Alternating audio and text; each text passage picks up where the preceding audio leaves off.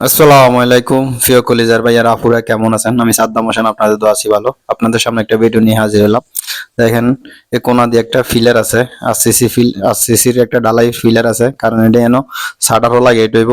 তো এই গেটের জন্য ফিলারটা যেন আগের একটা পুরান গিদার আছিল আরেক ঘরের, এই ফিদারের ভিতরে কোপলা ভাঙ্গা ছিল, তো এই কোপলাটা এখন ভাঙন লাগে।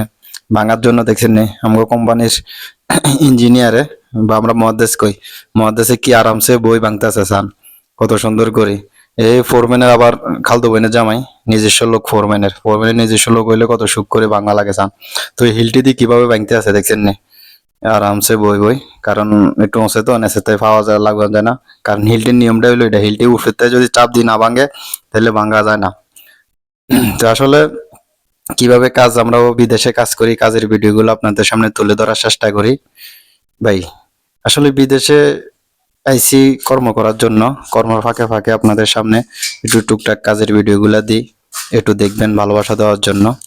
তো আসলে অন্য কোনো কিছু না, আপনাদের সামনে একটু প্রবাসের কষ্টের ভিডিওগুলো তুলে ধরি, প্রবাসে কষ্ট করে কিভাবে প্রবাসীরা কাজ করে দেশে টাকা ইনকাম করে পাঠায়।